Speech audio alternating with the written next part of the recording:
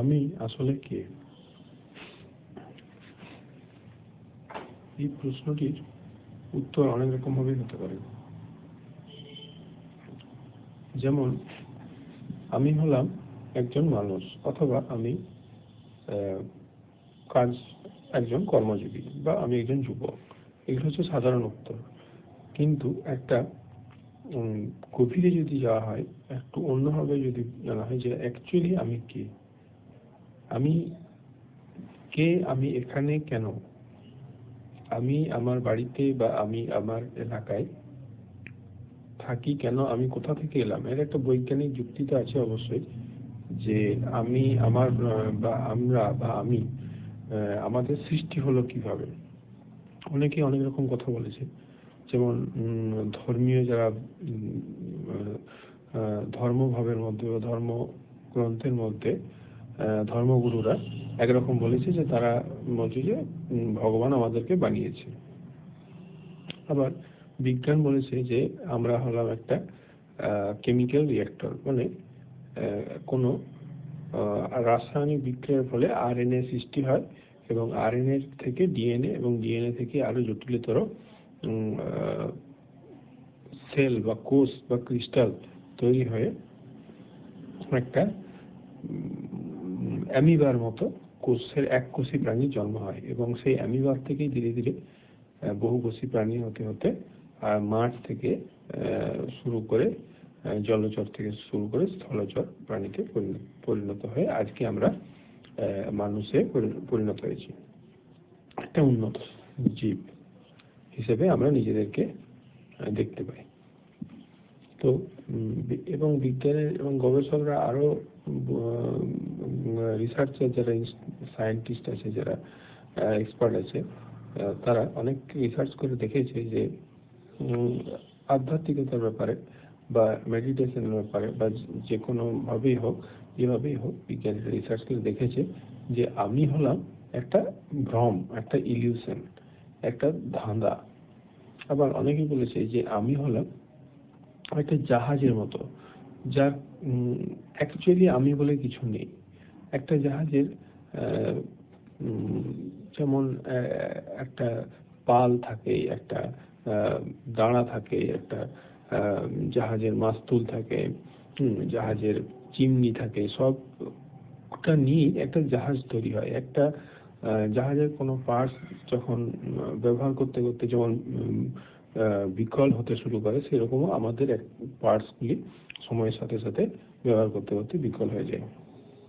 কিন্তু জাহাজের যে মূল একটা উপাদান, যেমন আমাদের মূল উপাদান কি, আমরা যেমন আমাদের শরীরের অঙ্গ প্রত্যঙ্গগুলো যদি একটা একটা করে বাদ দিতে থাকি, তাহলে বুঝতে পারবো যে আমি অ্যাকচুয়ালি কে, তার ন্যূনতম একটা ধারণা করতে পারবো। যেমন আমাদের হাত ছাড়া আমরা বাঁচতে পারি, আমাদের যদি দু হাত দু পা যদি বাদ দেওয়া হয় তখনও আমার অস্তিত্ব থাকে।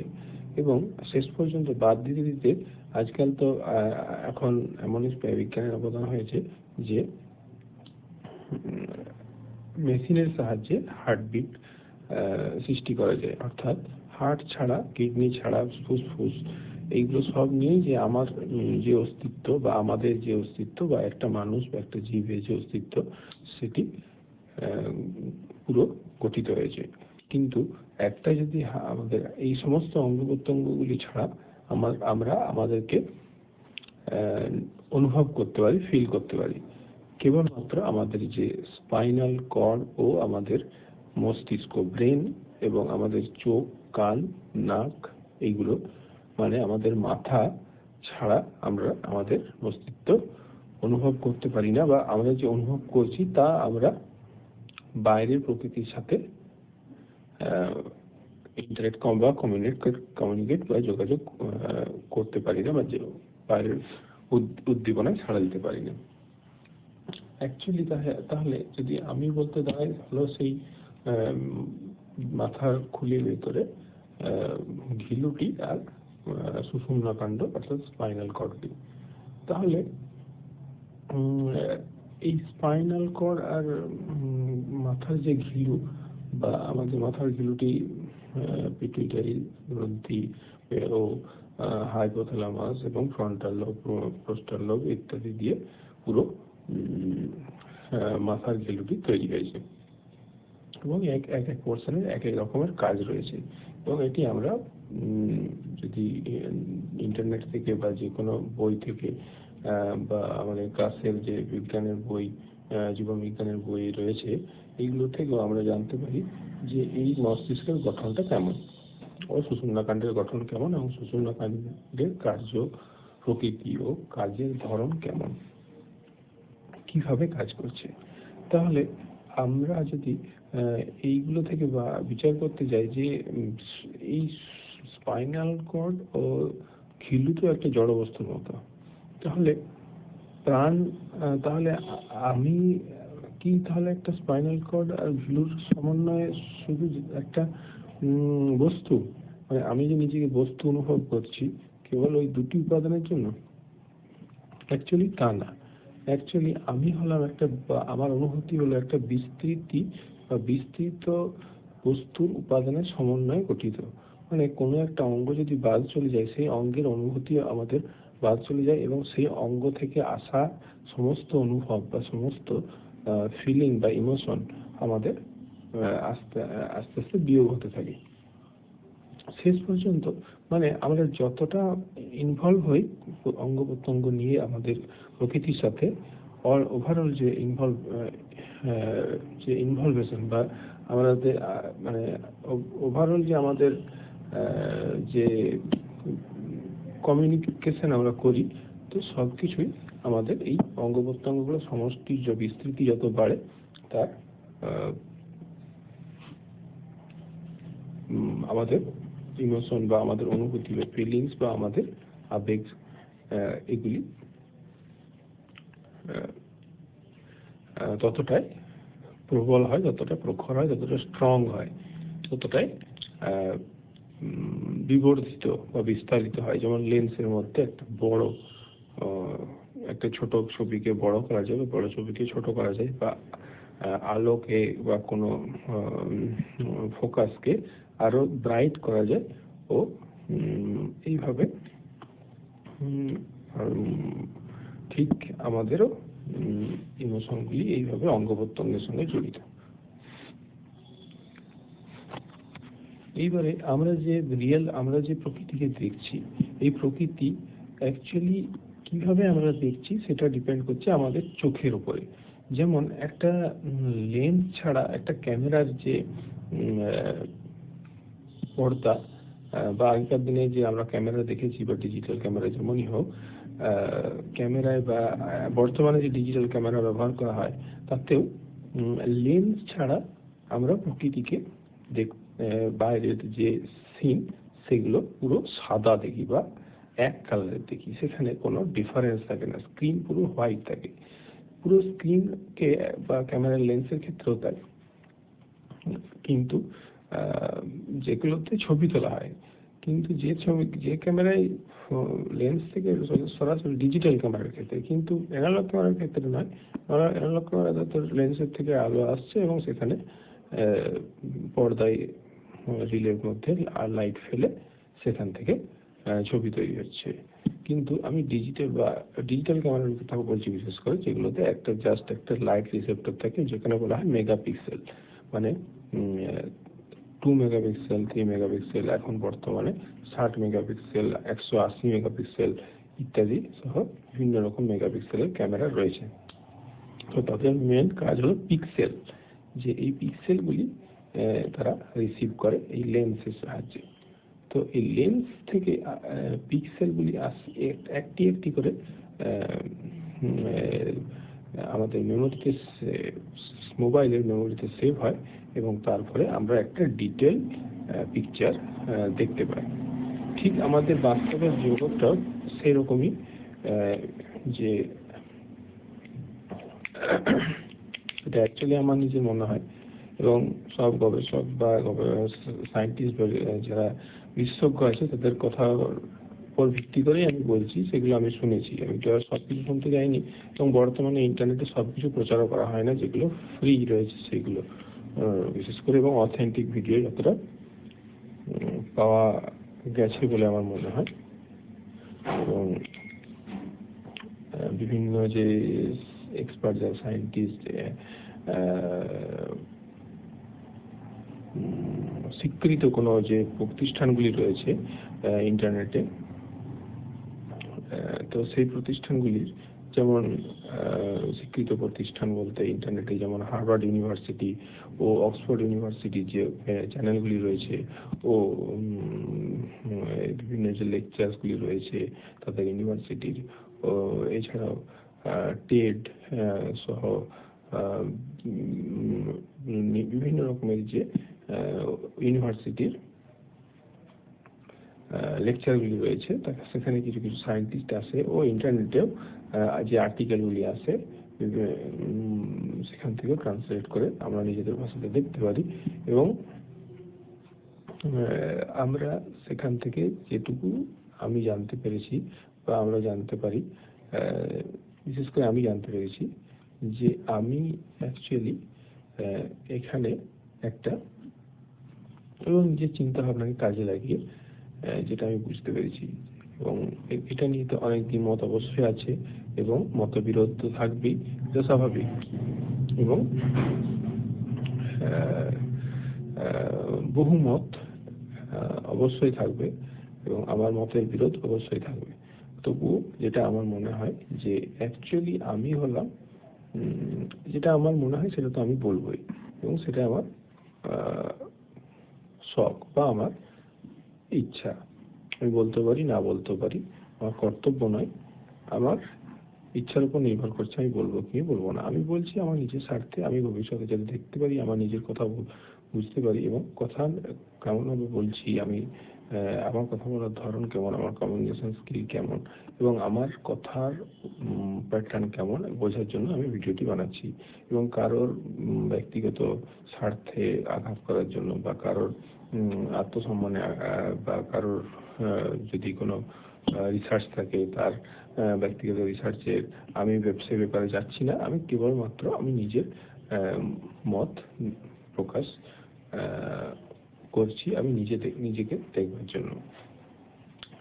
অবশ্যই মতবিরোধ থাকতেই পারে, আমি তো সে ব্যাপারে সে বিষয়ে আমি কোনো হস্তক্ষেপ করতে চাই না, আমি করছিও না। আমার সকলের প্রতি একটা অবশ্যই শ্রদ্ধা, ও সকল ব্যক্তি ও প্রতিষ্ঠানের প্রতি শ্রদ্ধা ও আনুগত্য অবশ্যই রাখি, সবসময় রাখার চেষ্টা করি। এবং তো আমি হলাম ঠিক সেই রকমই, মানে আমি নিজেকে বিভিন্ন ধর্মগুরুরা যেমন বলেছে, যেমন যে আমাদের ঈশ্বর আমাদের বানিয়েছে, বিভিন্ন ধর্মে বলা হয়েছে যে ঈশ্বর আমাদেরকে পাঠিয়েছে, ঈশ্বর আমাদের বানিয়েছে, এবং আমাদের কাজ হলো ঈশ্বরের সেবা ইত্যাদি, বা যাই হোক আমাদের মানুষের সেবা। প্রাচীনকাল থেকে আমাদের এখনো পর্যন্ত অনেকেই বা সাধারণত আমাদের বিশ্বাস মনের মধ্যে এটাই। আর বিজ্ঞানের যুক্তি যেমন বলেছে যে আমরা এইরকম। তাহলে অ্যাকচুয়ালি সত্যিটা কারোরই জানা আছে কিনা আমার জানা নেই, আমার মনে হয় কেউ জানে না, কিন্তু এটা নিয়ে তো রিসার্চ অবশ্যই চলছে বিভিন্ন ইউনিভার্সিটিতে, যেমন হার্ভার্ড ইউনিভার্সিটি, অক্সফোর্ড ইউনিভার্সিটি সহ বড় বড় ইউনিভার্সিটিতে এগুলো নিয়ে অবশ্যই রিসার্চ চলছে। তবে যেটা আমাদের ব্যাপার যে এত কিছু ভাবলে তো আমাদের পেট চলবে না। এসব ভাবা ভালো, কিন্তু ভাবাটা বাধ্যতামূলক নয়। ভাবলে কোনো ক্ষতি নেই, না ভাবলে আমাদের ক্ষতি অবশ্যই আছে, কিন্তু যে ক্ষতিটা আমাদের তার থেকে তো আমাদের ম্যান্ডেটরি নয়, সেটা বাধ্যতামূলক নয়।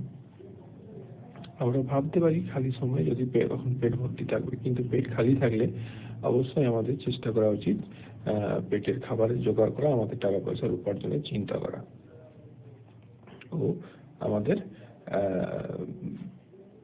নিজেদের মানুষের সাথে, হার্ভার্ড ইউনিভার্সিটি বলছে যে যত মানুষের সঙ্গে যোগাযোগ রাখবে, যত মানুষের সঙ্গে যোগাযোগ সুসম্পর্ক বজায় রাখবে, তোমার জীবন ততটাই সুন্দর হবে। ও এছাড়া অনেক তো তাদের যে রিসার্চ আছে এই বিষয়ে, তাদের তো অনেক বড় রিপোর্ট আছে, সেগুলো ইন্টারনেটে খুঁজলে পাওয়া যায় সহজে। কিন্তু তার মেইন সামারি এটাই যে মানুষের সঙ্গে সুসম্পর্ক বজায় রাখো, তাহলেই তোমার জীবন সুন্দর হবে। এবং অ্যাকচুয়ালি এইভাবেই আমাদের জীবনে একটা সার্থকতা আসে। তাহলে যারা টক্সিক পিপল, তাদের সঙ্গে কি যোগাযোগ রাখবো? তারা হয়তো আমাকে ক্ষতি করছে, তারা আমাকে অপমান করছে, তারা তোমাকে বিপদে ফেলছে, তাতেও কি তুমি তাদের সঙ্গে যোগাযোগ রাখবে? একদমই না। টক্সিক পিপল থেকে অবশ্যই দূরে থাকা দরকার। যত সম্ভব আমাদের ভালো মানুষের সংস্পর্শে থাকা দরকার, এবং ভালো মানুষের বা শিক্ষিত মানুষের বা দক্ষ মানুষের সংস্পর্শে যত আমরা থাকবো, আমরা নিজেদেরকে ঠিক তাদের মতো করে বানিয়ে নিতে পারবো। এবং টক্সিক পিপলদের সঙ্গে থাকলে টক্সিক পিপলদের মতোই হব। তাই আমাদের কর্তব্য, আমাদের ইন্দ্রিয় দিয়ে আমরা যত ভালো ইনফরমেশন আমরা কালেক্ট করব বা ভালো এক্সপিরিয়েন্স কালেক্ট করব, আমরা প্রকৃতিকে ঠিক ততটাই ব্যাক করে ফেরত দিতে পারবো, এবং তার ফলাফল যেটা পাবো সেটা আমরাই ফেস করব। তো আমাদের কাজ যেটা, তো অর্থাভাব তো সমাজে বৈষম্য চিরকালই ছিল, বর্তমানে আছে এবং ভবিষ্যতেও থাকবে। বৈষম্য ছাড়া বৈষম্য ছাড়া সমাজে সমাজ অচল। সমাজে চিরকাল বৈষম্য ছিল, ক্ষমতার বৈষম্য, টাকার বৈষম্য, এসহ যাবতীয় যে আমাদের উপাদানগুলি রয়েছে, বেঁচে থাকার যে রসদগুলি, প্রত্যেকটি উপাদানের একটা উপাদানকে সমানভাবে কখনোই মানুষের মধ্যে বিতরণ করা সম্ভব হয়ে ওঠেনি অতীতে, হয়তো ভবিষ্যতে হতে পারে, কিন্তু বর্তমান পর্যন্ত বৈষম্য পৃথিবীর সর্বত্র বিরাজমান। বৈষম্য মানুষকে যেমন বিপদে ফেলে, মানুষের মনে ভয় সৃষ্টি করে।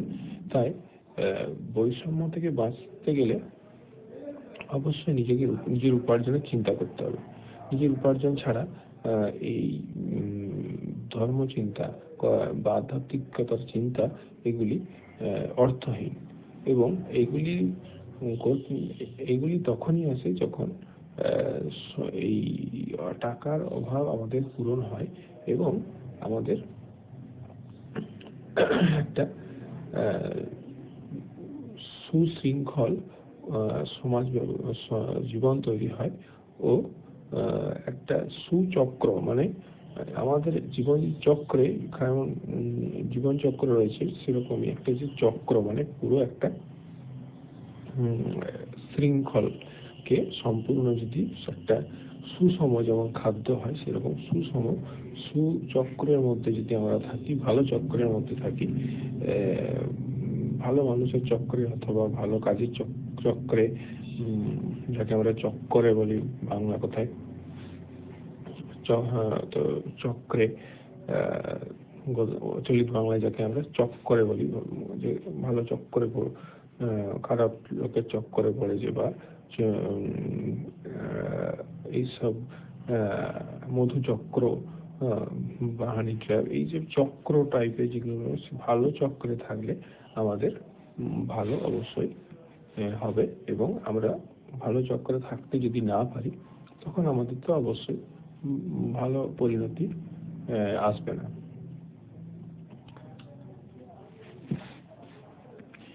এবং মোহ আমাদের, মোহটা ঠিক কি?